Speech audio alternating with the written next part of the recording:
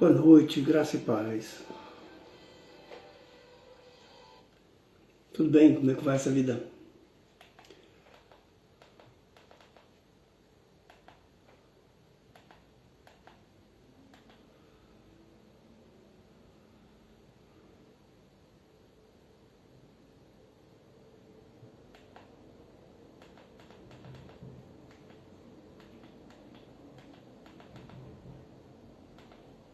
Muito bem.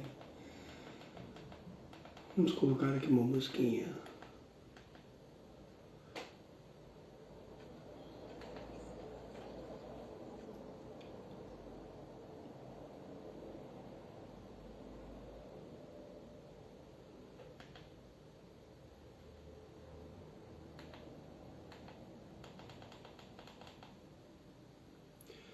Graça e paz, boa noite, seja bem-vindo.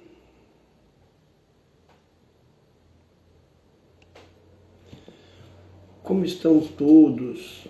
Espero que vocês estejam bem.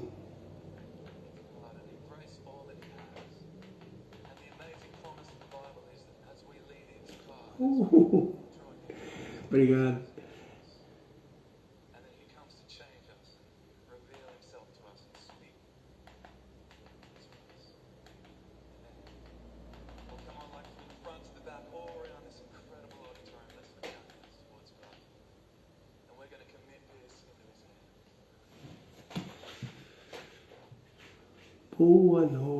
Boa noite, graça e paz. Sejam todos bem-vindos.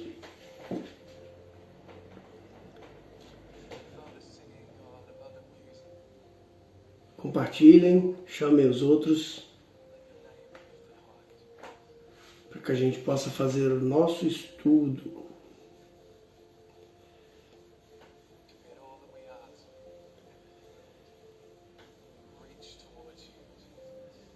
Vamos compartilhar. Isso, senhora Fernandes. Vamos compartilhar.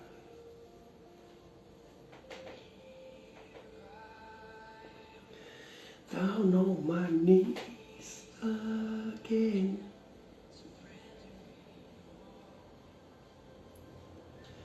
Surrendering all.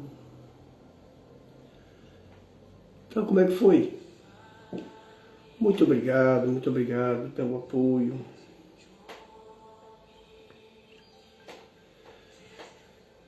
Maravilha. Irmã Eunice, graça e paz, boa noite. Tudo bem? I surrender. I surrender. Estamos ao vivo aqui e aqui.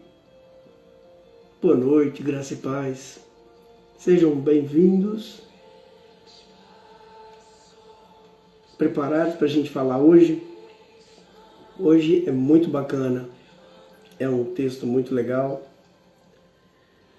Vamos falar sobre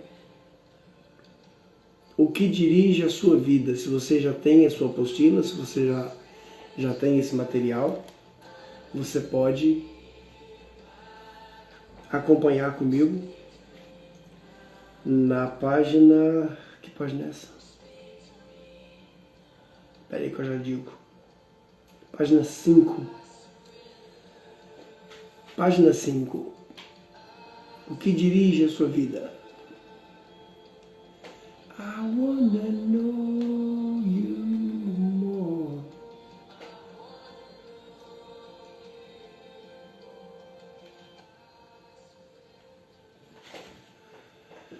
Hoje estava vendo uma live de louvor. Povo americano. Estava lindo, mais de 400 mil likes. Olha, que bacana. Muito bom. Graça e paz, irmã Idelma, chegou. Como é que tá? Tá com sono? Tá com sono? Ai, ai. Vamos espalhar a palavra do reino. 1000K de pessoas. Que coisa. Eu gosto bastante dessa música. Já usei como tema de pregação, já usei. Tá chegando em casa? Que bom.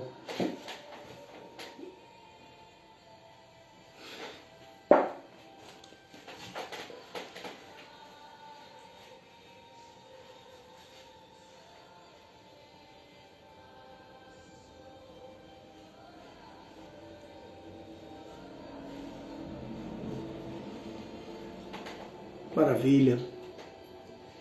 Cheguei, Brasil. Cheguei, Brasil. Isso é muito bom. Todo mundo com a sua apostila aberta na página 5.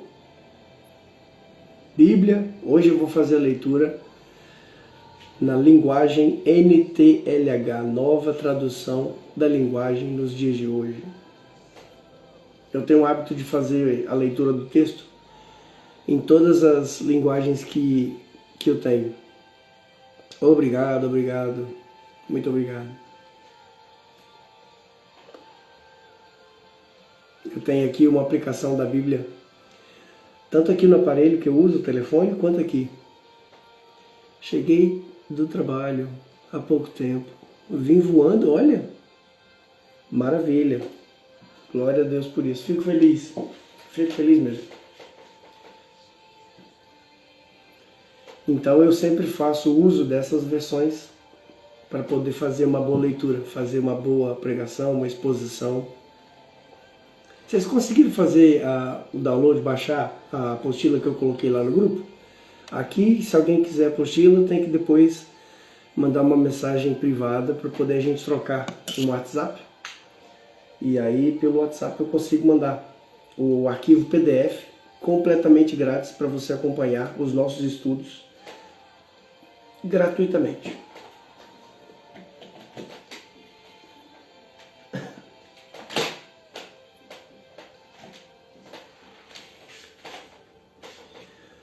Então, pessoal, sem mais espera, vamos começar?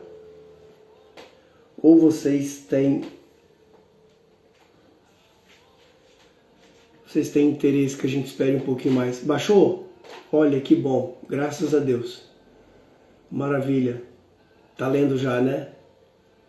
Faça mesmo lá a leitura para a gente poder fazer o entendimento desse assunto, que é um assunto muito bacana. É um resumo da obra, o livro Uma Vida com Propósito, do livro Rick Warren. Muito bom mesmo. Se você puder adquirir o livro, leia o livro, é muito bom.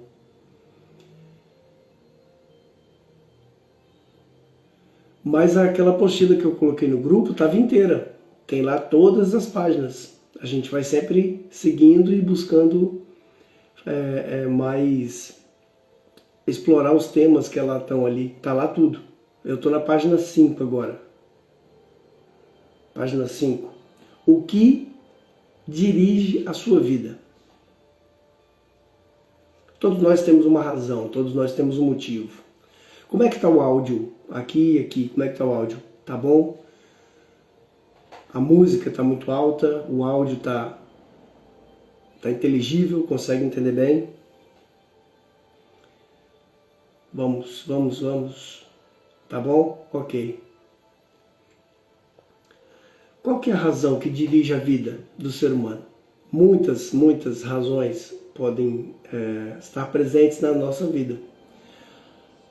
Nós acreditamos que só temos essa vida, é a única oportunidade que nós temos.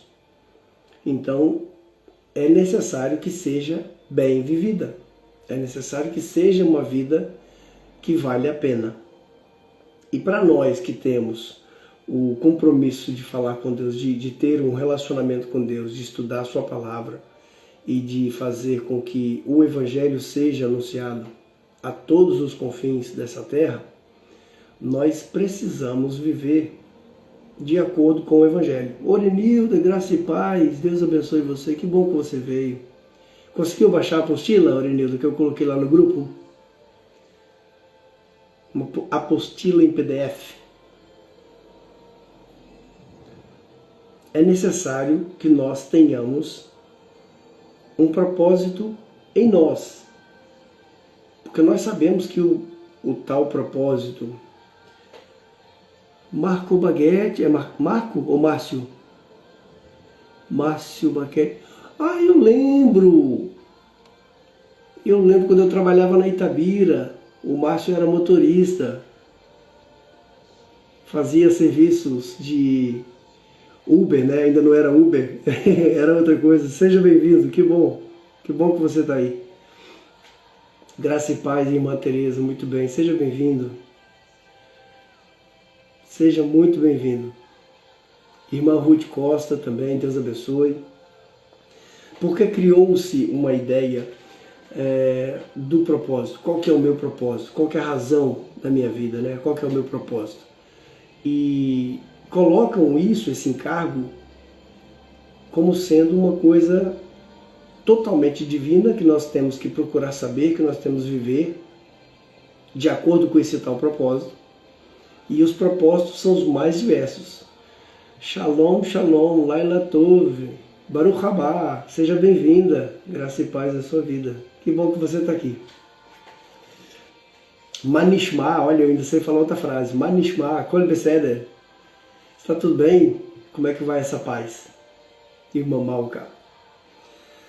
Então, ficou assim, que nós precisamos buscar essa tal, né, esse tal propósito, fazer com que nós estejamos vivendo de acordo com essa ideia. Então, as pessoas falam do tal chamado, as pessoas falam do tal, como se diz, propósito. O propósito do ser humano é um só. Desde a criação do universo até hoje, o propósito do ser humano é um só, que é glorificar a Deus e gozar Deus, usufruir Deus para toda a eternidade. Esse é o propósito que nós temos, a nossa vida que nós temos, a razão da nossa vida. Mas, falando a respeito do que o ser humano busca em Deus, falando a respeito do que o ser humano busca nessa forma, né, de enxergar a vida, nós buscamos exatamente viver de acordo com o propósito universal da criação, que é glorificar a Deus. Esse domingo passado agora, nós fizemos uma pregação lá na Milg, e eu acredito que vai ser lançada amanhã no canal, deve que já está pronto. Faltava só colocar algumas legendas, alguma coisa assim. E um dos temas foi exatamente essa questão do trabalho do ser humano, de você ter uma razão para trabalhar, de você fazer alguma coisa, fazer algo de especial. E aí você tem que fazer tantas coisas, nós precisamos fazer tantas coisas e viver de acordo com essa razão, viver de acordo com esse propósito. O propósito cultural do ser humano é guardar a terra, é cultivar a terra, é o propósito cultural, mandato cultural, que nós precisamos tomar conta da terra. E nós falhamos. E é exatamente por isso que Deus diz ao próprio homem, dizendo assim: uma vez que você errou e você comeu do fruto que eu disse para não comer, maldita é a terra por sua culpa. E nós dizemos, por que a terra está assim? Por que é tudo tão difícil? Por que está, sabe? Como se fosse algo de pequeno você tomar conta da terra. Então muitas pessoas são dirigidas por muitas coisas. Você já se perguntou o que dirige a sua vida? Qual que é a razão que dirige a sua vida? Algumas pessoas vivem sendo dirigidos por rancor. Algumas pessoas vivem dirigidos por vaidade, por desejos. Algumas pessoas não têm o mínimo interesse de saber ou de conhecer Deus, de procurar conhecer Deus, de procurar ter essa relação. Porque percebe bem uma coisa, o ser humano foi criado depois da criação. Nós cremos assim. Então houve uma criação, o universo inteiro foi criado, todas as coisas colocadas no seu devido lugar. E Deus cria o homem, né? Nasce Adam betzalmenu kidmutenu, vamos fazer o homem de acordo com a nossa imagem, de acordo com a nossa semelhança, ou traduzido literalmente, semelhante a nós, igual a nós. E nós fomos colocados no lugar para cultivar e para viver esse governo, de estar presente nesse local. Então, nesse momento em que a gente peca, nós não corremos atrás de Deus. Mas Deus se apresenta a nós de uma forma a trazer a sua misericórdia, a trazer a sua vontade e fazer uma relação. Passam-se os anos e Caim é o primeiro a oferecer um sacrifício. E com ele vem junto seu irmão Abel. E por causa disso, eles então entram em combate, porque Caim invejou o sacrifício de Abel. Abel foi aceito e também aceitou o seu sacrifício. E Caim foi rejeitado. Qual que é o seu propósito? O que dirige a sua vida? Qual que é a sua razão de estar? Sua razão de ser? As pessoas podem permitir que o passado que dirige a sua vida. E ali na cabeça está aquela rodinha, sempre ali, martelando. Será isso? Será aquilo? E se? E se fosse assim? E se isso acontecesse? E em vez de eu escolher esse lado, eu escolhesse esse lado? E se? E fica ali. Algumas pessoas são moldadas pelos caráteres. Já desde o Gan Eden, sim, a misericórdia dele agiu ou teríamos sido mortos. Eu gosto da explicação do Rashi desse texto, que fala que Deus ele se expressou durante a criação pelo nome Elohim, né? A força, a poderosa força da criação.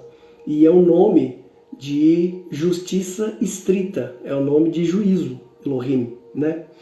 E uma das versões, né, uma das traduções da palavra Elohim, irmão Raul, graça e paz, seja bem-vindo. Uma das traduções da palavra Elohim, ou El, é autoridade, é juiz. Então, a primeira parte da criação, onde Deus cria toda a existência e por fim cria o homem, é usado o termo Elohim. E Rashi fala assim, que é justiça estrita. Do capítulo 2 para frente, Deus começa a utilizar, então aparece a palavra Elohim e o nome de Deus, tetragramaton, aquelas 4 letrinhas. As 4 letrinhas seriam o atributo de misericórdia, o atributo de amor intenso, porque a gente não conseguiria viver somente debaixo da justiça estrita. O nosso propósito é falar do eterno e agir de acordo com as mitzvot, amor ao eterno e também amar ao próximo.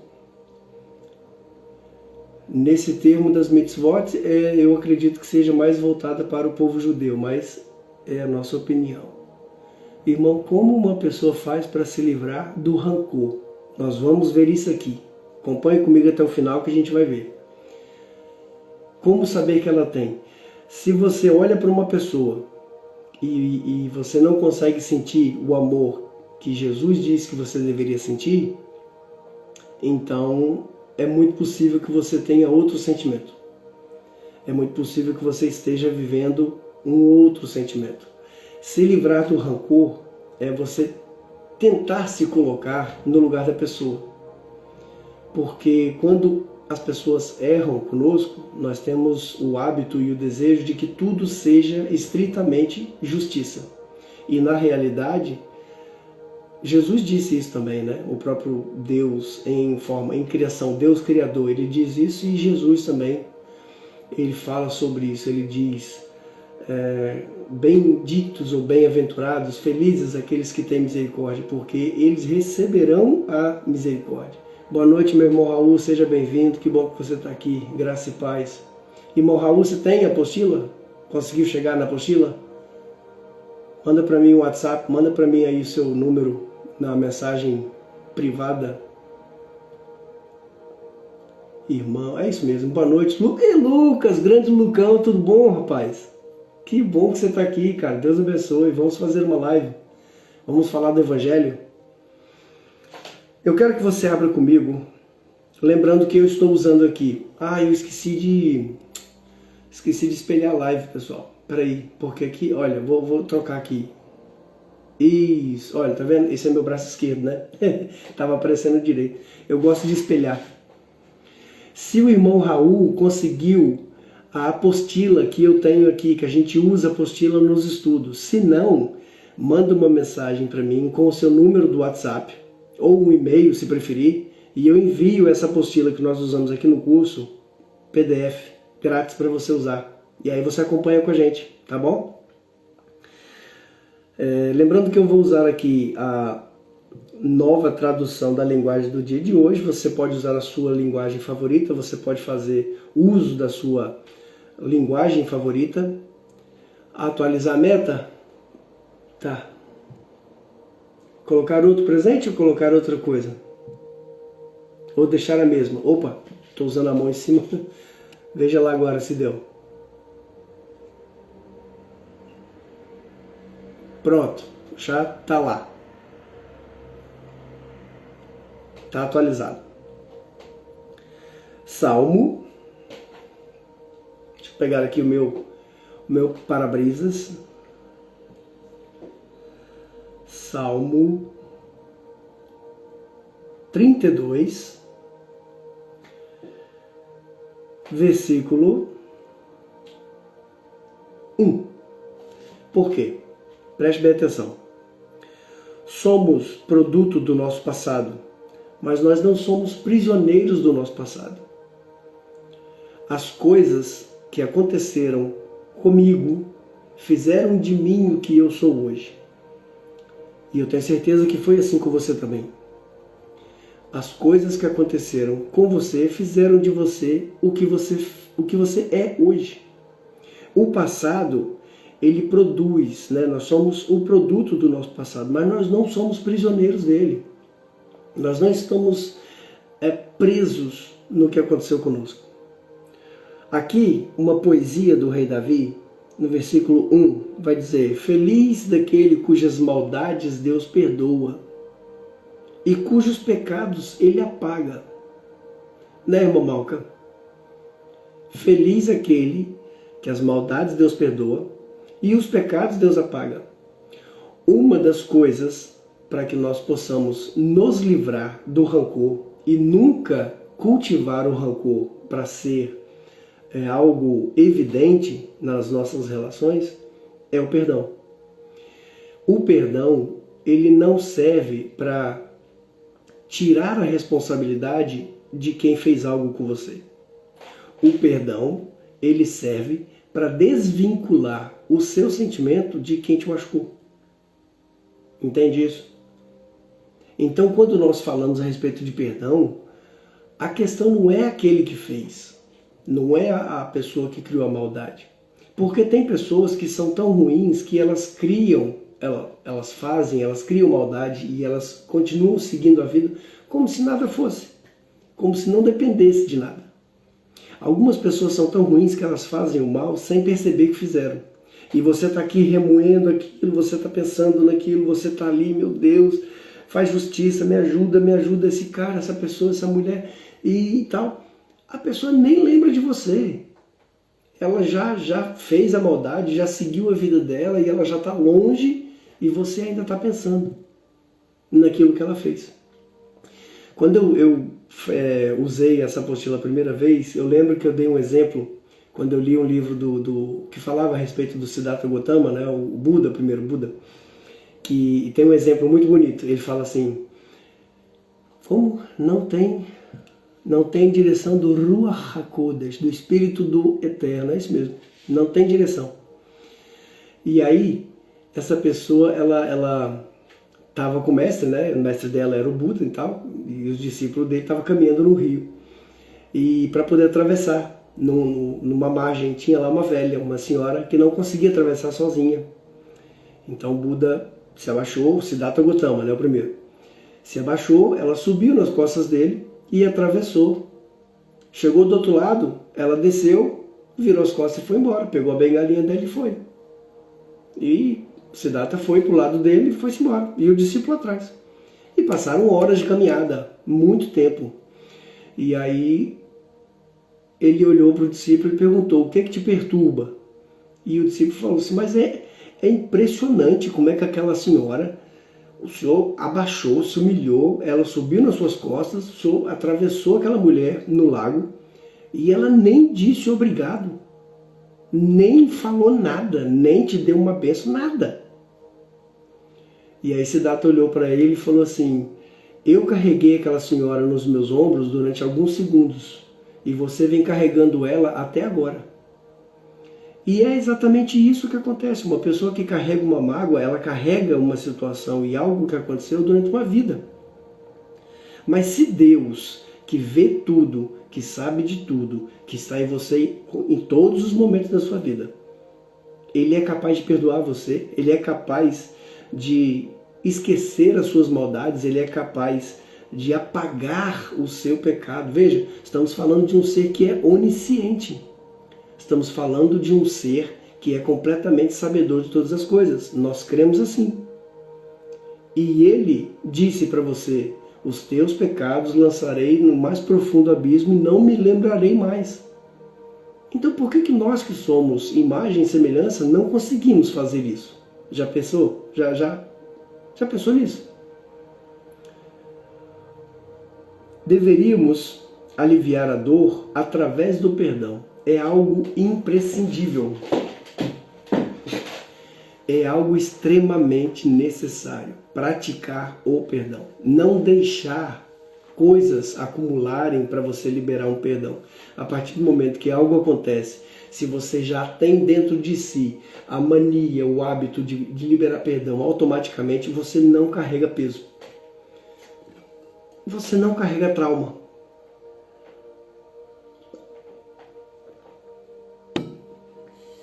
Porque na realidade, nós escolhemos travar as nossas batalhas e nós escolhemos carregar os nossos pesos.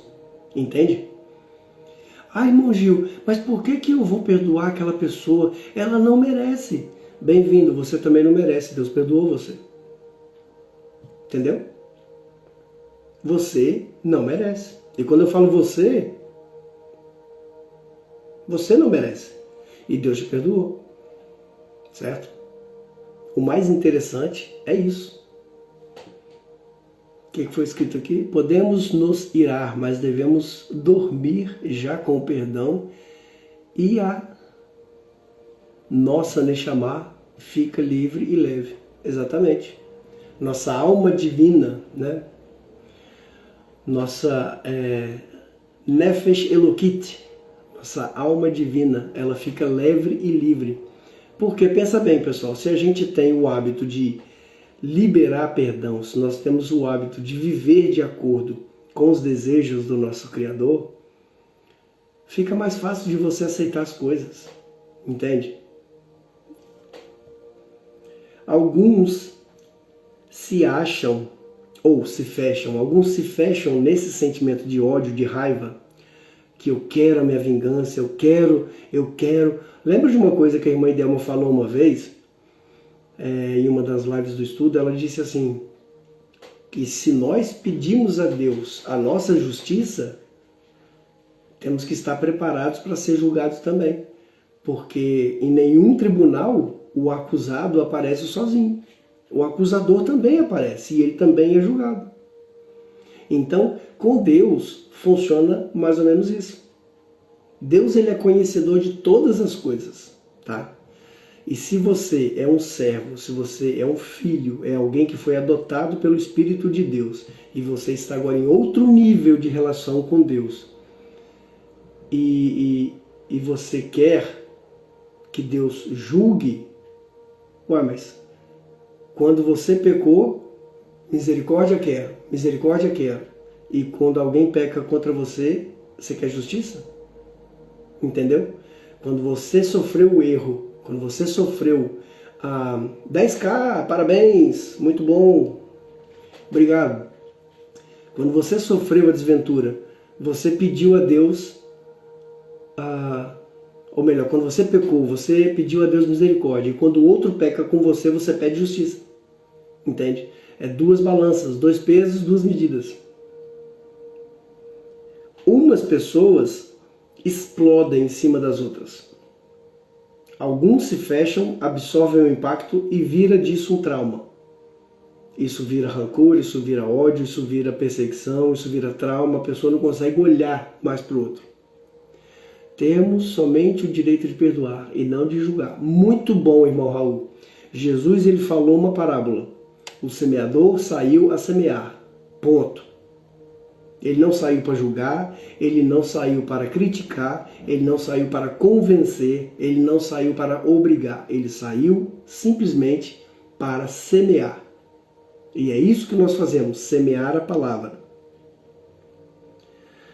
O rancor sempre machuca mais a pessoa, mais a você do que a pessoa que provocou. Tem uma palavra, olha, nada pode mudar o passado. Jó capítulo 5, 2. Jó capítulo 5, versículo 2. Vocês têm ideia de quem escreveu o livro de Jó? Eu sei que existem várias dessa forma, a leveza, né, irmão Mal, que é verdade. Viver assim é mais tranquilo. Devemos sempre conseguir aceitar o sucedido e entender que não podemos exigir nada de ninguém. Exatamente. A gente critica, né? Eu sou uma pessoa que eu critico muito quem conduz errado, quem dirige errado. Eu fico muito irritado, eu critico muito, eu brigo. Hoje eu cometi uma infração. E aí, quando a polícia me parou e falou comigo, então, não viste a placa? E eu disse, olha, sinto muito, e eu entendi errado. E ele disse, sabes que pode ser autuado. Eu disse, sim senhor, sei sim senhor. Tá bom, vai, vou deixar passar, vai. Naquele momento que eu estava cara a cara com a polícia e ele podia estar com o livrinho da multa na mão, aí eu queria misericórdia. Não, me perdoa, me desculpa, eu não vi. Mas quando alguém faz uma manobra errada na minha frente, aí não, eu brigo, eu xingo, eu falo alto, eu boto as mãos para fora, né? Pela tradição judaica, quem escreve o livro de Jó é Moshe Rabbeinu, é o mestre Moisés, né? A tradição fala que quando ele fugiu a primeira vez do Egito para Midian, ele peregrinou em várias terras e ele foi parar na casa de Jó. E ele foi parar na casa de Jó já depois do acontecido. E Jó relatou para ele e ele escreveu o livro. Então, segundo a tradição, é o livro mais antigo, escrito antes da Torá, para os judeus, né? E segundo a tradição cristã, ou foi, acho que é Samuel, ou foi Abraão. Eu me pego na tradição judaica. Eu acredito que foi Moisés que escreveu.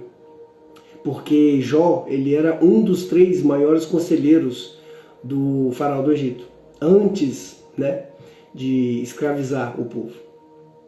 Então lá em Jó, no capítulo 5, no versículo 2, diz assim, ficar desgostoso e amargurado é loucura, é falta de juízo que leva à morte. Existem pessoas que estão mortas ainda vivas. Existem pessoas que elas estão presas a uma corrente que não deixa com que elas vivam de verdade. Existem pessoas que não conseguem viver a própria misericórdia. Elas não conseguem sentir a própria misericórdia, porque elas estão sempre pedindo justiça. Nájila, seja bem-vinda, Deus abençoe tua vida. Então, quando você tem a possibilidade de não ficar desgostoso, de não ficar amargurado, sabe? Quando meu pai faleceu, eu fiquei muito triste, eu fiquei mesmo na inimizade com Deus, eu perguntava por quê, da forma como ele foi tirado, o que aconteceu com a gente. Ele era um homem que sempre sonhou em viver, sempre sonhou, teve muitos sonhos, muitas vontades de realizar, e ele ser retirado daquela forma mexeu muito comigo. E eu culpava Deus, culpava muito, eu tentava permanecer na igreja, no corpo, né, fazendo parte da nossa comunidade de fé, mas eu eu não... Tem que colocar outra meta, né, pessoal? Eu não conseguia me conectar com Deus. Eu ficava sempre colocando a culpa nele e dizendo que não era justo outras pessoas terem e eu não ter. Até o problema de saúde, os problemas de saúde maiores vêm disso, mesmo de não haver perdão e estar cheio de energia. Sim, existem os problemas físicos que são alimentados pelos problemas psicossomáticos, né? Depressão, por exemplo, eu tive depressão. E acontece que quando você perdoa, inclusive na minha infantilidade, quando eu perdoei Deus, achando que Ele tinha necessidade da minha aceitação, do meu perdão, olha que infantil, achando que, gente, Deus cria tudo, Ele pode dar início, Ele pode dar fim a hora que Ele quiser, não interessa como vai acontecer, não interessa a maneira que Ele faz, Ele é Deus, eu não tenho do que reclamar. Então, segundo Jó, ficar desgostoso e amargurado é loucura e é falta de juízo que leva à morte. E muitas vezes essas pessoas mortas estão vivas, estão se arrastando que nem Walking Dead. Muitos... Então, vamos por etapas. Aqui, nessa parte, nós entendemos isso? Muitos são dirigidos pela culpa, pelo rancor. Muitos são dirigidos pelo medo, pela experiência traumática, por algo que aconteceu. Experiências traumáticas. Ele sabe todas as coisas. Sim, o Criador sabe todas as coisas. Obrigado pelo sorvetinho. Deus abençoe. Vai fazer 2 anos que a minha irmã mais velha foi. Meus sentimentos, seja forte. Nós vamos todos nos encontrar de novo. Eu me curei, irmão Raul, muito bem, quando me encontrei realmente com o Espírito de Deus. Que maravilha! Eu penso que Moisés escreveu Jó, mas que Jó é um conto, ele não existiu, é uma parábola, entendi. Para a tradição ele realmente existiu, existem midrashim que contam a história dele. E por causa que ele, no momento do julgamento, né, Faraó tinha 3 conselheiros, Iov, que era Jó, e Itró, que é o Reuel, né, que vai ser o sogro de Moisés, e Bilam, que é Balaão. E nesse momento em que ele decide o que fazer com os descendentes de Israel, o Itró, que é o Jetro, se nega a opinar e foge. Ele até rouba o cajado. Lembra que eu postei para vocês a história do Midrash lá no nosso grupo, dizendo de onde é que Moisés conseguiu o cajado? Aquela história é muito linda. Então Itró foge, ele rouba o cajado e foge. Iov fica em silêncio e Bilam faz a cabeça do faraó para poder ele jogar as crianças no rio, né? Então, por causa que Jó, como um alto conselheiro do rei, ele ficou calado e aceitou toda a maldade que foi proferida, então diz a tradição judaica que Deus ficou calado até o capítulo 42, ou 40, acho que até o 40, acho que alguma coisa assim. Temos que saber largar os traumas e confiar no Eterno. Muito bem, é isso mesmo. Assistência. Mandaram aqui um bonitão com a cara da assistência.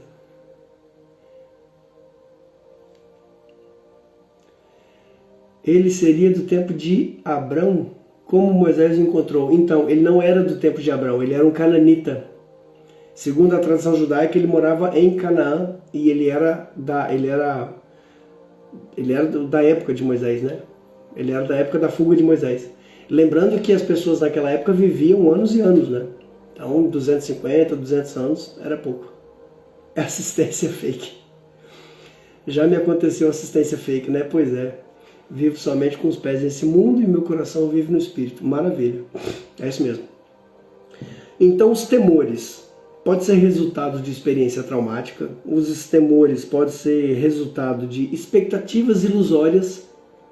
Pessoas que acham que Deus fez, Deus me colocou aqui, Deus isso, Deus aquilo, e eu vou conseguir porque Deus isso, Deus... Não, mas Deus não disse nada disso não, cara. Deus não disse nada disso não. Às vezes são os pregadores que ficam muito animados e eles falam coisas e botam o nome de Deus embaixo, mas muita coisa Deus não disse não. Entende? Essa é a questão, porque a maior revelação bíblica, a maior revelação do Espírito de Deus está contida aqui no texto. E não naquilo que os pregadores falam quando eles ficam emotivos. Entende? Então nós precisamos ter consciência disso.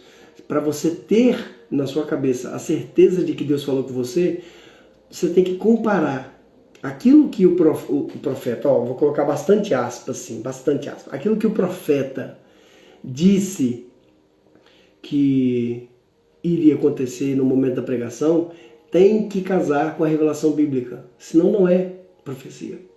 Acredito que Deus não o quê? Interfere na vida cotidiana dos que estão fora da obra divina. Deus controla todas as coisas. Deus controla tudo. Cada momento. Tem um versículo do Alcorão que muitas pessoas acham que estão na Bíblia, mas não está. É um texto do Alcorão que diz: não cai uma folha da árvore sem que Deus queira. Esse texto está no Alcorão, não está na Bíblia. Todo mundo fala que está na Bíblia. Deus, ele interfere sim. Deus, ele comanda as coisas. Ele faz todas as coisas acontecer. Vamos ler um texto na primeira carta do apóstolo João, ou como diz a irmã Malca, Yohanan. Deus dará graça, Yohanan. Capítulo 4, versículo 18. Quem está acompanhando aí dá um glória. Sim, tem controle, mas não interfere nas escolhas. Ah, sim, nas escolhas, não. Eu não acredito que Deus ele modifique. Apesar que existem alguns textos das cartas de Paulo, por exemplo, Efésios e Filipenses, tem textos que diz que Deus ele é suficiente para dar para vocês tanto querer quanto efetuar. Eu acredito que isso tem a ver com a pessoa que já cedeu a sua vida, entende? Deus já habita naquela pessoa e já não é ela que vive, é Cristo que vive nela. Então, nesse sentido, sim, Deus dá o querer e Deus dá o efetuar. Mas nós temos exemplos, por exemplo, de Jonas, que não queria pregar, que fez tudo para fugir, e Deus colocou ele lá porque queria ele lá, entende? Eu acho isso bacana, mas o foco não é esse. Deus, ele tem as suas maneiras, Deus tem os seus métodos, e nós somos meros mortais. Vocês estão conseguindo entender, pessoal? Qualquer dúvida, pergunte, tá bom? Só estou ouvindo, porque estou fazendo janta. Ah, que delícia! Vamos jantar o que hoje? Primeira carta de João. João tem 3 cartas antes do livro da Revelação. Primeira carta de João, capítulo 4, versículo 18.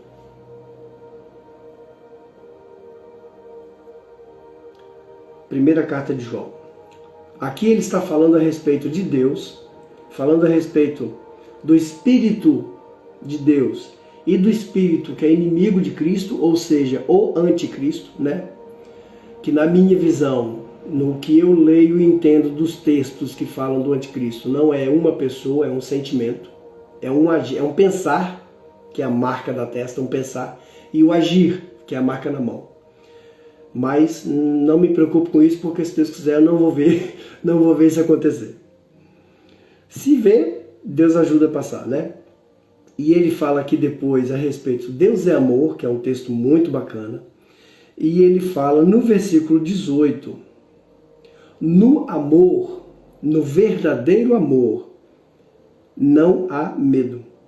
O amor que é totalmente verdadeiro afasta o medo. Portanto, aquele que sente medo não tem no seu coração o amor completamente verdadeiro. Porque o medo mostra que existe um castigo. Então, quando a gente vive sempre nos temores, a gente vive sempre nos medos, sempre pensando nisso que vai acontecer, parecer o que? Português de Portugal, sotaque. agir e pensar. É verdade, as marcas do espírito anticristo, o inimigo, né? Para quem ama e confia, isso afasta o medo e traz segurança. Exatamente. Porque se nós cremos que Deus ele é o nosso Pai, ele nos adotou e vivemos nele de forma a conservar a nossa relação, ou como diz o apóstolo Paulo em Filipenses, viver de forma digna do Evangelho, então nós não temos do que temer, né? Nós cremos que existe um julgamento final para toda criatura. No caso da igreja, aqueles que estão em Cristo, eles não são julgados, né? Romanos 8, versículo 1 diz isso. Não existe condenação para quem está no corpo de Cristo, para quem está batizado, mergulhado em Cristo, né? O nosso julgamento será para obras, nosso julgamento será para presentes e galardões. Muitos são dirigidos pelo materialismo.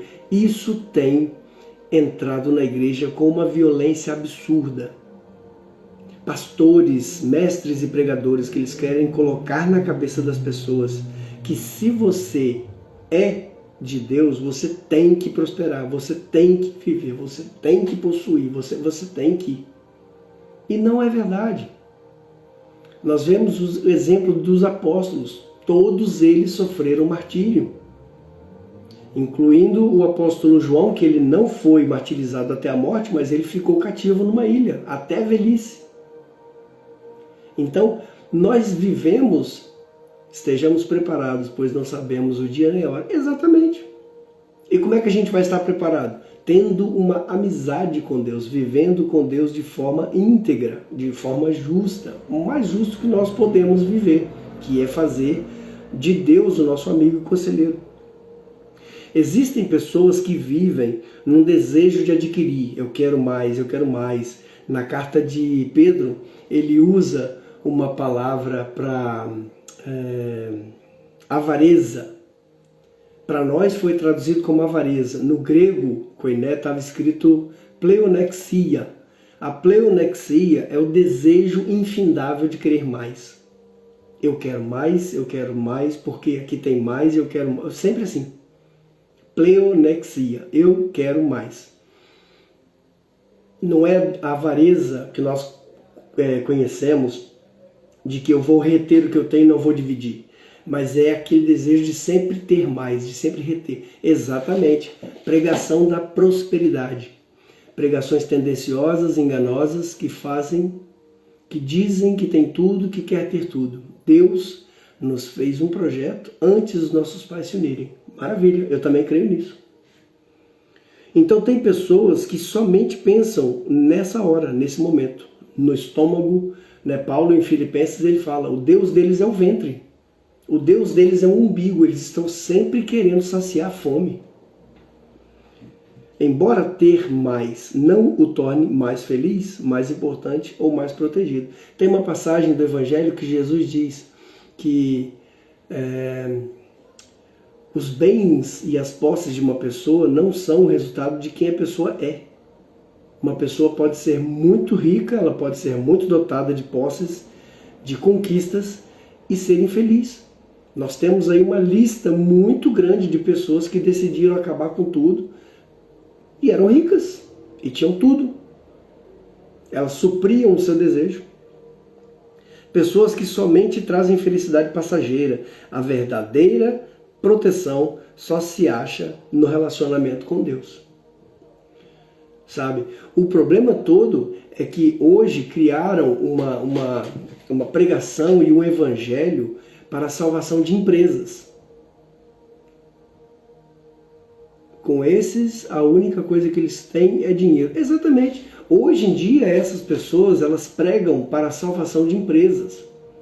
É corrente, é oração, é túnel dos 70 homens, é isso para poder ter prosperidade. Gente, prosperidade, pensamento próspero, ter prosperidade, é você não sentir falta de nada. O que Paulo disse em Filipenses? Eu sei ter e eu sei não ter. Eu sei ter prosperidade, ter bens materiais e eu sei passar fome. Eu sei ter e sei não ter. Todas as coisas eu posso naquele que me fortalece. Porque o desejo dele é estar naquele que fortalece. e não está nas coisas, certo? Pessoas que somente pensam em felicidade passageira. Nós temos que ter o desejo de estar com Deus. Por que a gente vai querer ter coisas passageiras no mundo que se deteriora, no mundo que está sempre acabando, e você está pensando em possuir coisas? Muitos são dirigidos pela necessidade de aprovação. No judaísmo, a prosperidade é ter o eterno, saúde, amor, família e, por último, dinheiro e posses. Isso é um produto, né? Ter posses e dinheiro é um produto daquilo que você trabalha e conquista. Mas não significa, de forma nenhuma, que você não tem Deus se você é pobre. Eu particularmente, sou um pobre feliz, sou feliz pra caramba. Graças a Deus. Já passei por muita coisa ruim que me fez desistir de tudo. Mas eu fui resgatado. E isso é o mais importante. Estar com Deus. Aí depois ele diz assim: eles permitem que as expectativas dos outros controlem sua vida. Mas o que vão pensar? O que vão achar de mim? E se me verem aqui com esse carro velho? E se me verem aqui com esse óculos arranhado? E se me verem aqui com esse anel de latão? Mas espera lá, a sua vida é agradar pessoas que estão longe do seu círculo íntimo? É agradar pessoas que estão longe da sua família? Quem tem que estar junto com você, quem tem que estar sempre perto de você, é a sua família e o Criador. Mais nada. Você não precisa da opinião daquele, sabe? Eu estava ouvindo a pregação e o pastor falava que tinha dois tipos de pessoa. Aqueles que sempre desejam ter, que sempre precisam fazer, que sempre precisa acontecer, e aqueles que não. Sabe aquela pessoa que chega para você: você já viu um novo carro? Você já fez um test drive? Você já conduziu? Você já comprou um novo celular? Você já viu isso? Não, eu não vi. Meu Deus, eu estou desatualizado. Eu estou aqui no telefone número 10 e já tenho 15. Eu estou aqui no carro que está do ano, sei lá, 98 e já tenho 2025. E agora eu preciso ter. Pessoa que é bitolada, é controlada pela necessidade de outras pessoas. Não se satisfazem naquilo que elas possuem. E por outro lado, tem aqueles que são completamente satisfeitos. Olha, você viu o novo telefone do celular, não sei o que saiu, o modelo 25? Você tem que ver. Não, não tenho não. Não tenho. Estou muito contente com o meu aparelho. E por acaso eu estou aqui com um aparelho que eu só comprei porque o outro desligou e não ligou mais. Eu estava muito feliz com ele, eu realmente não queria perder. Mas infelizmente ele desligou e nunca mais se ligou. Raul diz: nunca pensei em ter coisas, mas Deus me deu tudo o que preciso e até para ajudar quem mais precisa. Isso é tzedakah, é justiça. É você, ó, percebe? O gato aqui, ó, aquele aqui. Eu falei com ele para sair e ele disse que não queria sair. Agora tá aqui. Daqui a pouco ele começa a pedir para sair. Você ter o necessário e você ter aquilo que transborde para poder ajudar outras pessoas é justiça de Deus. Eu não me importo com o que pensam de mim, apenas me importo com o que o Eterno pensa e com a minha casa. Maravilha! Exatamente. Somos consumidos pela visão, tudo que quer ver, quer. Exatamente. Atos de justiça, tzedakah. Eu fazia muita tzedakah quando estava lá na sinagoga em Vila Velha. Eu frequentei lá durante alguns meses e era muito lindo. No sábado a gente saía pelas ruas e entregava pão com queijo, o que era aquilo, bolos e suco e café, era muito bonito. A tzedakah, a justiça que Deus ele dá para nós, é você poder dividir o que você já tem. O que está escrito? Olha, vou desmistificar uma coisa na sua vida que você talvez nunca ouviu. Vou desmistificar, e aqui no tico-tico, no troque-troque, como diz a irmã Idelma, nós temos aqui a irmã Malca, que também entende o hebraico, ela vai poder me ajudar. Mateus capítulo 6, ele fala uma coisa muito bacana. O Evangelho segundo Mateus, capítulo 6, E no versículo 24, vocês já ouviram esse texto. Vocês já ouviram esse texto. Eles permitem que suas expectativas, ou que as expectativas dos outros, controlem suas vidas. Permitem que a pressão social dirija. Convidar o quê? Cooperador? Não, não quero não, filho. Muito obrigado. Alguém me convidou aqui para ser co-apresentador. Eu estou ocupado agora, não posso. Sempre fiz, nunca faltou nada, graças a Deus. Uma das chaves para o fracasso é tentar agradar a todos. Olha o que Jesus diz nesse texto do Mateus capítulo 6, versículo 24. Um escravo não pode servir a dois donos ao mesmo tempo. Ou vai rejeitar um e preferir o outro, ou será fiel a um e desprezará o outro. Vocês não podem servir a Deus e também servir ao dinheiro. Quem já viu na sua versão da Bíblia escrito mamon? Vocês não podem servir a Deus e a mamon. Quem de vocês tem aí a Bíblia aberta que está escrito mamon?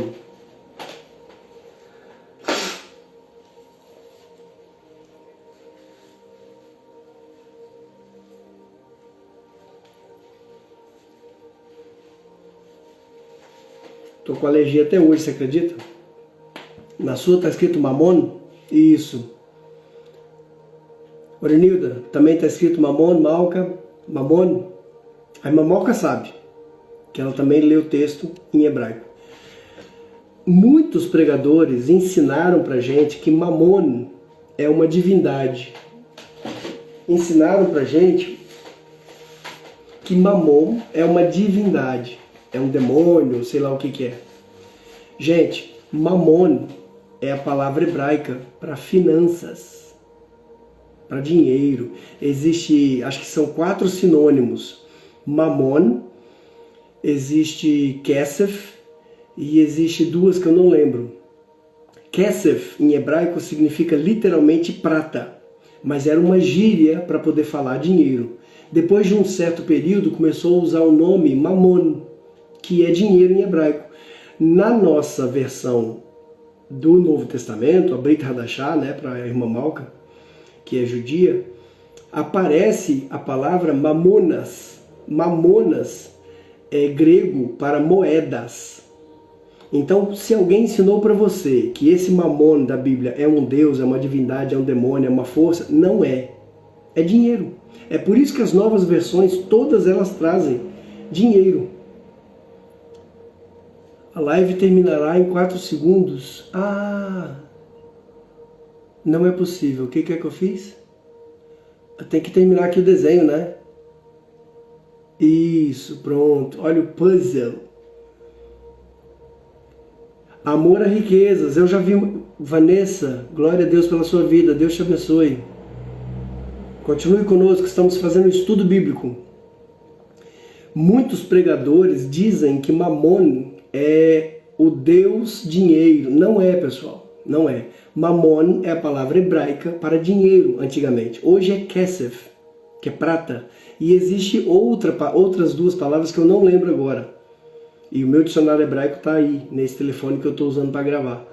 Então, depois eu falo com vocês. Mamon é dinheiro em hebraico, tá? E em grego, que está escrito o texto original em grego, mamon é mamonas, moedas.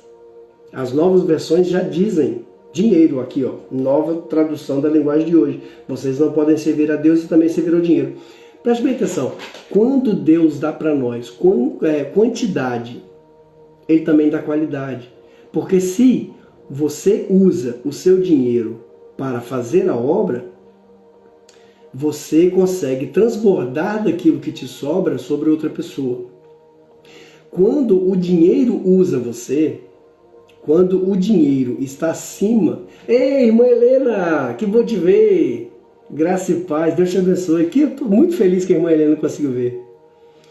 Quando o dinheiro usa você, aí você entra nessa ideia de você servir ao dinheiro. Porque você sempre quer mais, você sempre procura mais, você sempre busca mais. Então, quando nós decidimos viver de forma a louvar o dinheiro, a fazer com que a sua conta bancária fique sempre grande, e quando você precisa ajudar alguém, você decide não ajudar essa pessoa, significa que você está servindo ao dinheiro. Não é ele o objeto que serve você, você serve ao dinheiro. Eu não sou integralmente, mas Deus me deu forças para conquistar sabedoria. Glória a Deus pela sua vida, irmão Raul, que bom. Aqui chamam de money. Dinheiro, Estados Unidos,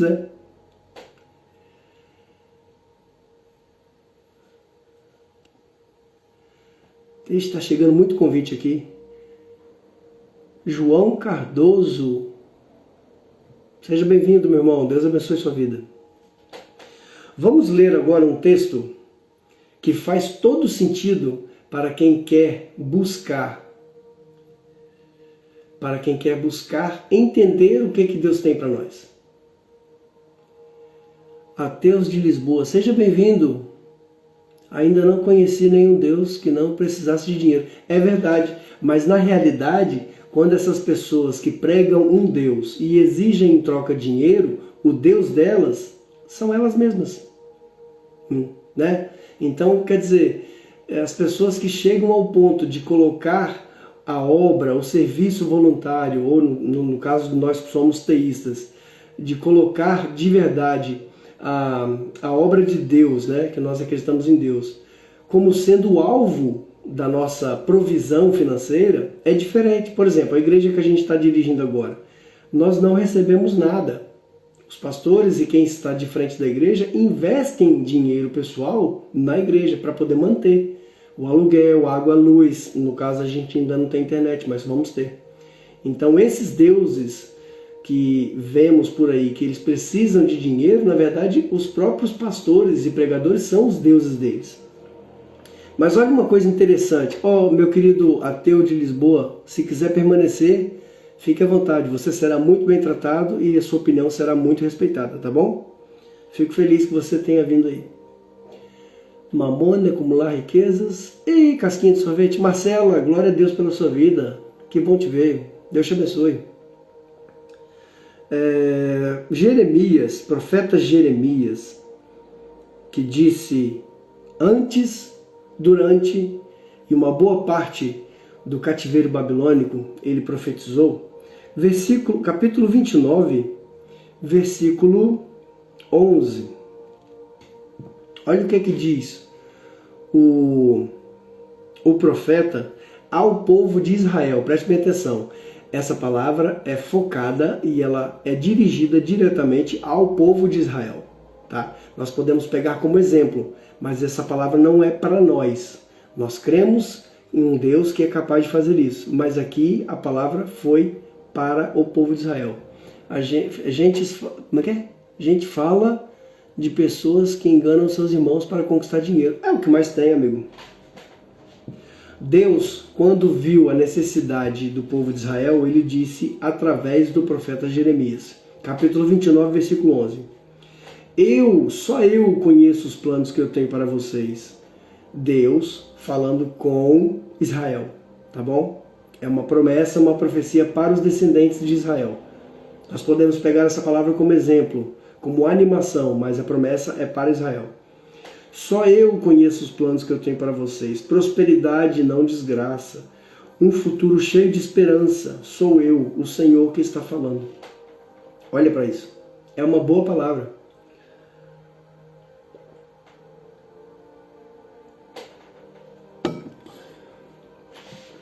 Efésios. Paulo, quando ele escreve a Efésios, no capítulo 3, versículo 20. É isso mesmo? Efésios 3, 20. Porque Deus tem planos, né? Deus realiza os seus planos. Nós cremos nisso. Nós sabemos que Deus é poderoso para nos guardar. E Paulo diz, agora sim, uma palavra voltada para a igreja, uma palavra para nós, certo? Servos de Deus. E agora, que a glória seja dada a Deus, o qual, por meio de seu poder que age em nós, pode fazer muito mais do que nós pedimos ou pensamos. Deus é capaz. Sara Aparecida, Deus abençoe, seja bem-vinda. A irmã Delma já deve ter dormido, coitada. Boa noite, Sara. Deus abençoe sua vida. Que bom que você está aqui. Lembrando que qualquer um de vocês que tiver o interesse em receber essa apostila do estudo, manda uma mensagem para mim, tá? Que eu devolvo essa mensagem, eu devolvo essa apostila em PDF, ou no e-mail, ou no WhatsApp, do jeito que vocês quiserem, completamente gratuito. Nós não queremos valor nenhum, nós queremos que o Evangelho siga sempre adiante. Então percebe bem, o profeta Jeremias ele fala para a nação dos filhos de Israel. E o apóstolo Paulo é o apóstolo dedicado para as igrejas dos não-judeus. E as duas promessas parecem ser similares, elas são promessas de bem, de coisas boas, promessas de bênçãos. Mas nós precisamos entender que o bem que Deus quer para nós é um bem que nos leve avante, é um bem que preserve a vida, que nos dê força. E não uma coisa para que você possa se vangloriar da sua vida. Não é esse o propósito do Evangelho. O Evangelho ele é salvação de almas, não é salvação de empresas. Tá bom? Deus não tem interesse nenhum em prosperar a tua empresa se Ele não prosperar a tua alma. Se Ele não fizer você crescer e aprender e ser completamente dependente da vontade dEle para você. Conhecer o seu propósito simplifica a vida. Conhecer, saber que Deus ele tem mais para nós. O propósito define quem você é e não o que você deve. O propósito define o que você deve fazer e o que não deve fazer. É impossível fazer tudo o que as pessoas querem que você faça. A gente não consegue agradar a todos.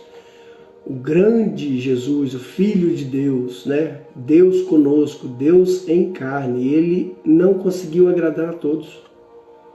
Teve divergência de pensamento, teve pessoas que não se agradaram dele.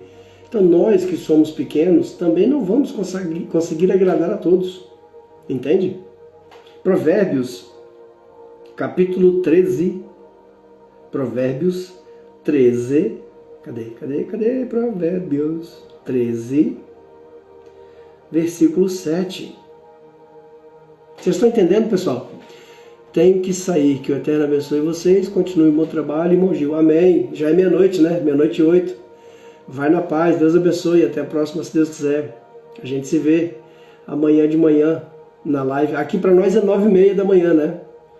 Lá no Brasil que é 5h30. Amém? Deus abençoe. Segue na paz. Em Provérbios, capítulo 13, versículo 7, nós temos um exemplo de sabedoria do rei. Algumas pessoas não têm nada, mas fazem de conta que são ricas. Outras têm muito dinheiro, mas fingem que são pobres. O que é que ele quer dizer com isso? Ele quer dizer que existem pessoas que preferem viver de aparência, preferem demonstrar algo e viver de forma a ter pose, a mostrar. Outras pessoas têm muito e preferem ocultar, preferem viver de forma simples. Então, a verdade é que nós não somos os bens que nós possuímos. Nós não somos os bens que nós conquistamos. É uma prova de que Deus está conosco, sim, mas tem muitas pessoas que não têm Deus e não aceitam a ideia de Deus e têm muita posse. Isso não é símbolo de riqueza espiritual. Nós cremos que existem pessoas que sim são abençoadas financeiramente, que estão aí vivendo a nata da sociedade. Algumas creem, algumas são crentes, outras não. E existem pessoas que estão no mais baixo grau de necessidade, estão servindo, estão vivendo dia após dia, e isso é normal. Em Deuteronômio, Deus fala com Moisés, sempre haverá pobres na terra, sempre haverá, até a volta do rei Messias, sempre haverá. Nós precisamos usar do nosso dom monetário para ajudar os irmãos. Entende? Se você tem uma possibilidade de ajudar financeiramente uma pessoa ou ajudar a manter a sua igreja, eu não prego dízimo, a gente não vive de dízimo, a gente não acredita no uso do dízimo na igreja. Nós aceitamos as ofertas, embora a gente já tenha pago as nossas contas, os nossos débitos do nosso próprio investimento. Nós acreditamos que a oferta ela é uma forma de louvor e uma forma de usar o valor que é material para elevar o espiritual. Mas isso não faz de quem doa melhor. E isso também não faz daquele que não consegue doar inferior. Entende? Conseguiu entender isso? Nós vivemos dessa forma. Então algumas pessoas que não têm nada e vivem de forma a parecer que têm, né, conseguem financiar um carro em 150 mil vezes, passa a vida inteira pagando, consegue viver de fotos, de stories, de mensagens, consegue viver de internet, colocando sempre as mais belas capas. Mas tem pessoas que não. Bora que eu boro, senhora Fernandes, Deus abençoe, é isso mesmo. Existem pessoas que são verdadeiras, existem pessoas... Eu já andei com pessoas, juro para vocês, que você olha para a pessoa e fala assim, é impossível, é a nossa fé que nos salva. É isso mesmo, irmão, é isso aí, é a fé. Eu já andei com pessoas super simples, roupa rasgada, carro normal, carro novo, mas normal, sem muita exibição. E o homem milionário, com muito recurso, mas acessível, humilde, pessoas boas, sabe? E é isso que a gente espera de uma pessoa que entendeu o reino, que entendeu que isso aqui é passageiro, certo? Vamos seguir. Conhecer seu propósito direciona a sua vida. Nós já falamos, o propósito do homem é glorificar a Deus e usufruir de Deus para toda a eternidade. O propósito que Deus faz de nós, pregadores, e faz de nós remadores, né, hiperetes, ministros de Deus, diáconos, somos todos diáconos. Olha, a irmã Idelma voltou com 30k, parabéns para vocês, Deus abençoe, muito obrigado. A irmã Idelma já voltou trazendo 30k nas mãos. Tem que renovar aqui, definir outra meta, não? O que vocês acham? Eu estou colocando metas pequenas, porque a ideia aqui é promover o evangelho, tá bom, pessoal? Vou colocar aqui um J do Choc Choc. Pronto. Só para poder não ficar zerado lá em cima, tá bom? E uma ideia voltou trazendo 30k. Filipenses, capítulo 3. Gente, eu gosto muito do apóstolo Paulo. Eu sou muito fã mesmo. E quando eu tive lá na prisão, se você tem interesse aqui nesse canal, tem uns vídeos quando eu tive lá na prisão em Roma. Possivelmente essa carta não tenha sido escrita naquela prisão que eu visitei, que eu mostrei para vocês. Cheguei Brasil, cheguei! Eu fui tomar um café, tomar banho? Não, toma café que é melhor. Né, irmã Sara? Toma café que é melhor. Voltou. Glória a Deus, é isso mesmo. Cheguei Brasil. Não tenho vergonha de andar com uma roupa esfarrapada. Eu também não. Eu gosto de andar cheiroso. Gosto muito. Mas eu uso roupas, olha, não sou consumista de andar com roupa, pois não ligo para o externo das pessoas. Eu também não, irmão Raul. Parabéns, somos nós. É nozes. Orenilda, me defenda aí. Olha que coisa mais linda. Obrigado. Que show, que demais. Obrigado mesmo. Que bom. Que bonitinho. Então, quando esse apóstolo Paulo esteve, possivelmente ele foi preso 5 vezes. Café de noite não é bom. É um costume português, irmã Sara. Nós aqui tomamos café depois de toda a refeição. Mesmo que seja agora, né? Agora é meia-noite. Mas eu jantei, por exemplo, 11 horas da noite. A gente vai lá e toma um cafezinho. É um hábito, é um costume que a gente tem. Entendeu? Então, o apóstolo Paulo, ele esteve preso 5 por volta, né? Acredita, 5 vezes. E a prisão que eu fui, visitar foi a última prisão que ele teve, onde ele escreveu as 2 cartas a Timóteo e aonde ele ficou até o final. Então essa carta de Filipenses fala a respeito de uma vida, né, com um propósito. Deixa eu ver aqui a bateria do outro telefone, pessoal. Está em 27. Vamos acelerar para a gente poder não precisar carregar, porque senão eu vou ter que fazer aqui uma manobra muito grande.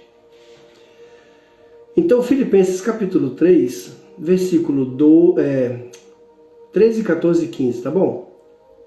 Filipenses capítulo 3, versículos 13, 14 e 15. Preste bem atenção.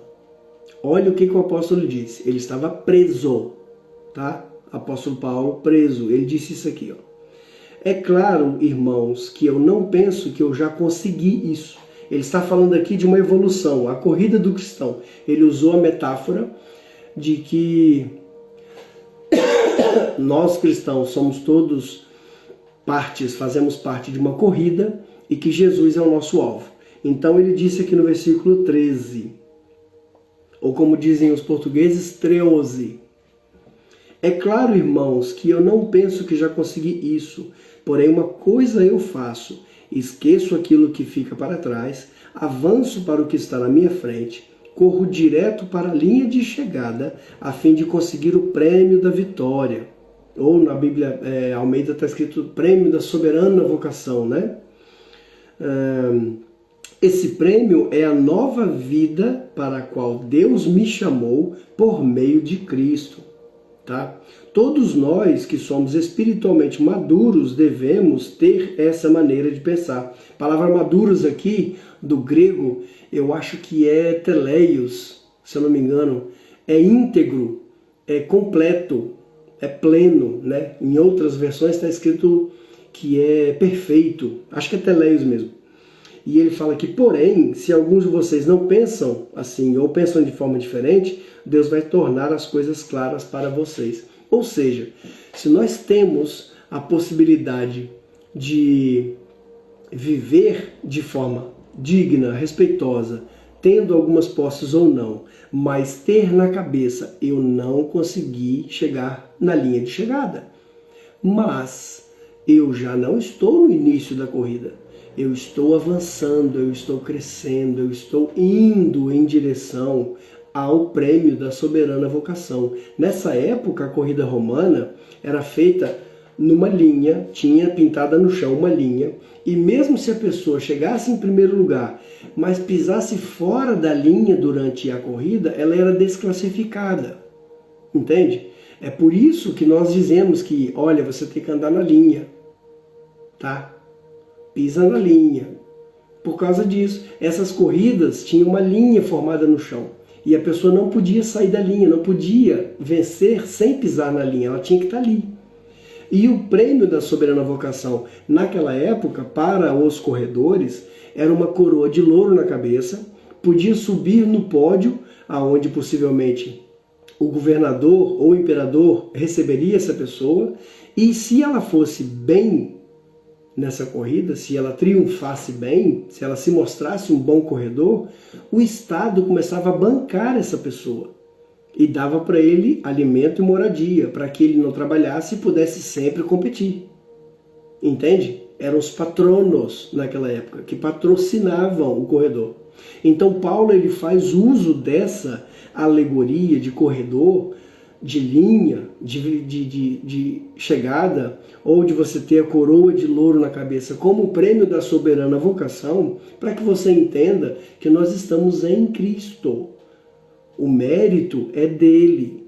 Nós estamos aqui por ele. Nós vivemos em torno da mesa de Cristo. Ué, gente, vocês estão falando de banho? Toma banho? Quem é que está tomando banho? Você já ia subir as meninas na janela? Quando foi isso? Só Benildinho e Zetinha que não fazem live para eu poder... Ah, tá bem, já vou fazer isso. Desculpa, eu não percebi aqui a mensagem. Tá bom, já vou sim. Marketing? O que é isso? Acho que é aqui, né, que sobe? Não. Como é que faz a janela, pessoal? Me ajuda aí. É nos homenzinhos? Ah, tá bem. Achei. Eu vou convidar aqui e aí a gente Continua fazendo, tá? Será que dá uma janela só ou dá mais? Acho que tem que vir aqui e tem que... Onde é que é? Já esqueci. Onde é que faz os quadradinhos? Alguém me ajuda aí? Não lembro se era aqui. Co-host? Não. Perguntas, enquetes. Configurações? Não lembro. Onde é que faz, pessoal? Não lembro. Então, voltando ao assunto. Nesse momento, Paulo usa essa metáfora, essa comparação, na verdade, não é uma metáfora, para poder estimular as pessoas a serem corredores em Cristo. Entende? Eu tenho que acelerar porque esse telefone aqui de baixo que está no Instagram, ele está em 25% só. Conhecer o propósito estimula a vida, saber que nós somos remadores, né? A palavra ministro, ministério, muitas vezes é usado o termo hiperetes do grego. Hiperetes significa remadores. Então saber que nós estamos contribuindo para o crescimento do reino e fazendo com que nós sejamos parte do projeto de salvação da humanidade é muito, muito interessante. O propósito produz entusiasmo, né? Nada traz mais vigor do que um propósito claro. Conhecer o seu propósito prepara você para a eternidade. Muitas pessoas passam a vida tentando criar um legado e deixar na terra. Mas o que importa não é o que os outros dizem sobre a sua vida, mas o que Deus diz sobre a sua vida. Você foi posto aqui para se preparar para a eternidade. Romanos 14. Vamos terminar de ler aqui que eu já abro a janelinha aí para poder fazer o que a irmã Idelma falou, tá bom? Romanos 14, versículo 10. 14, 10. Aí ele vai usar aqui somente a parte B do versículo, porque ele está falando aqui de alimentação como sendo algo exclusivo, né? Eu vou ler o texto todo para você entender, mas vamos focar na parte B do versículo. O texto inteiro diz assim: portanto, por que é que você, que só come verduras e legumes, condena o seu irmão? E você, que come de tudo, por que despreza o seu irmão? Aí vem a parte que ele quer mostrar, que é a parte B. Pois todos nós estaremos diante do tribunal para sermos julgados. Seremos julgados por Deus para obras, para presentes, galardão. Nesse julgamento aqui, ninguém da igreja vai perder a salvação, né? Então, o versículo 12, ele diz assim: assim cada um de nós prestará contas de si mesmo. Nós precisamos saber que a gente não engana ninguém, a gente aqui não engana pessoa nenhuma. Nós sabemos o que de fato nós somos e o que fazemos. Outra pessoa pode ser enganada por nós, mas Deus não. Deus sabe de todas as coisas. Tá bom?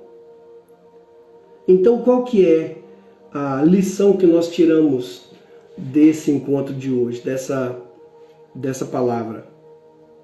O que rege a sua vida? O que direciona a sua vida?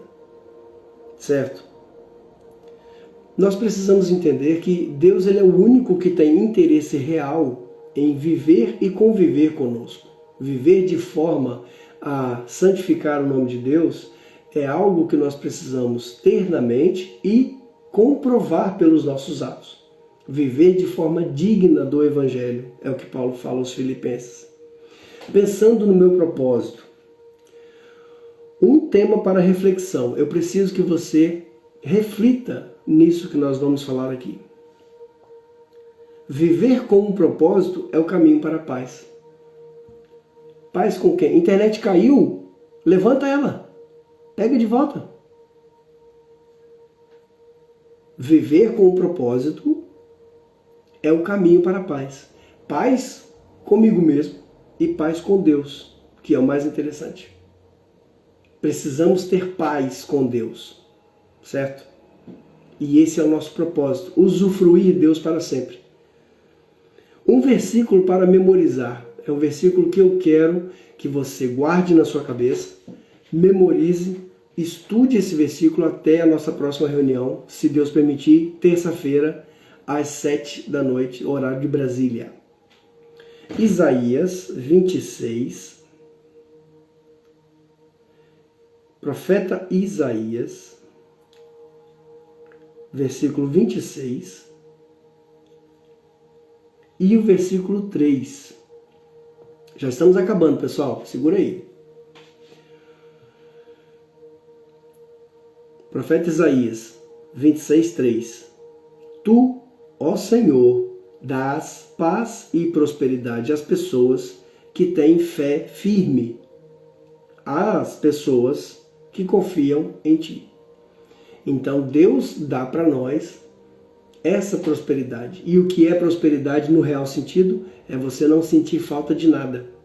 Não é ter uma abundância exagerada de bens. É você não sentir falta de nada, porque você está saciado com o que você tem. Uma pergunta para meditar. A opinião dos outros é a força que dirige a minha vida? Que força eu quero que dirija a minha vida? Hein? A opinião dos outros é que dirige a sua vida? A opinião dos outros define quem você é? É isso?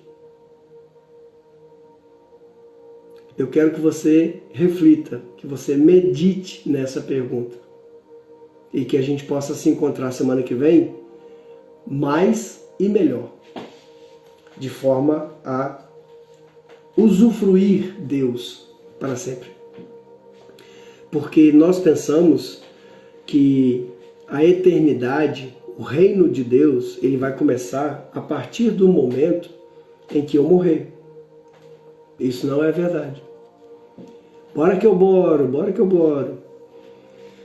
A eternidade, ela começa a partir do momento em que eu aceito o Evangelho, em que eu me entrego para Jesus. Nós aprendemos que nós devemos aceitar Jesus, né? Esse ensinamento não é correto, porque é Jesus que tem que me aceitar, o criminoso sou eu. Eu tenho que aceitar o Evangelho, eu tenho que dar o meu jeito de me adequar ao Evangelho. Não é o Evangelho se adequar às minhas necessidades. Eu tenho que aceitar o Evangelho, e eu sou aceito por Cristo, e por causa do mérito de Cristo, eu sou beneficiado. Amém, pessoal? Conseguimos entender isso? Estou feliz hoje, permanecemos 10 na live até agora há pouco. 10 pessoas, eu fiquei muito feliz. Ó, toda vez que a irmã Idelma entra, traz mais um, olha, 40k. Uhul! Alguma pergunta, pessoal? Alguma dúvida? Alguma questão? Algum problema para nós orar? Fala aí que a gente ora. Tá todo mundo bem? Tá todo mundo entendendo? Vocês todos têm a apostila? Vocês têm contato com a apostila para poder estudar? Para poder ler? Eu já passei a apostila para algumas pessoas. Se vocês não querem... mas eu não vi você aqui, é por isso, entendeu? Depois daquela conversa da janelinha, a Eunice caiu, diz ela, né? Caiu. Conseguiu acompanhar, Lucas? Se você quiser a apostila, depois eu coloco lá no nosso grupo, tá bom? Fala comigo aí. É uma apostila em PDF, é pequenininha. É uma apostila baseada no livro Uma Vida com Propósitos, do Rick Warren. Quem quiser a apostila, depois fala comigo. Olha, já que vocês querem fazer a janelinha, ô irmã Idelma, me ensina aí como é que eu faço para poder colocar aqui mais pessoas na janelinha, que eu esqueci como é que é.